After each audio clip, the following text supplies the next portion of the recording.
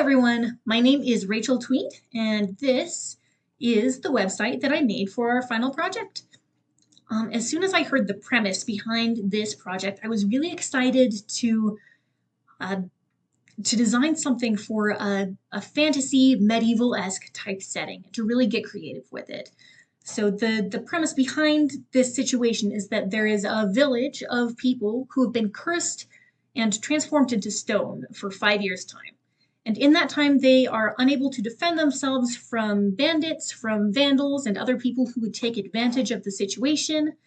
And the site is meant to help recruit volunteers to stand guard over these people and to protect them until the time that the curse is lifted.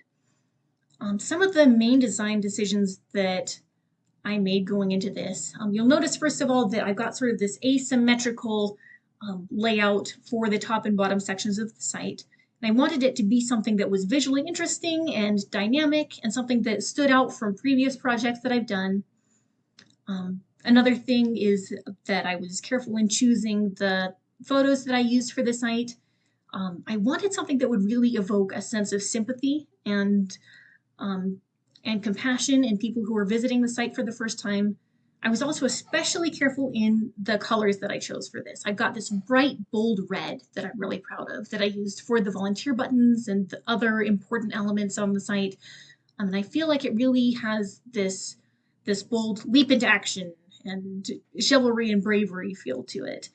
I contrasted that against this calmer blue color that you can see. And then I've got these darker, more somber grays and blacks that I used for other portions of the site as well.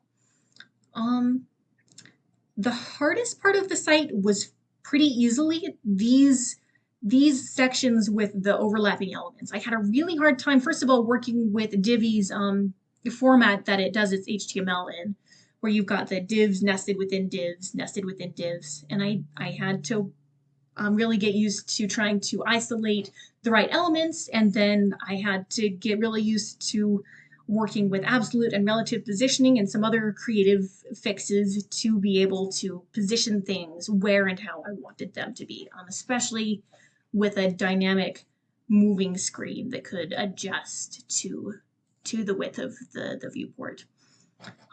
It's not perfect, I know it's not, but I'm proud overall of how it turned out. Thank you so much for watching, and I hope you all have a wonderful summer.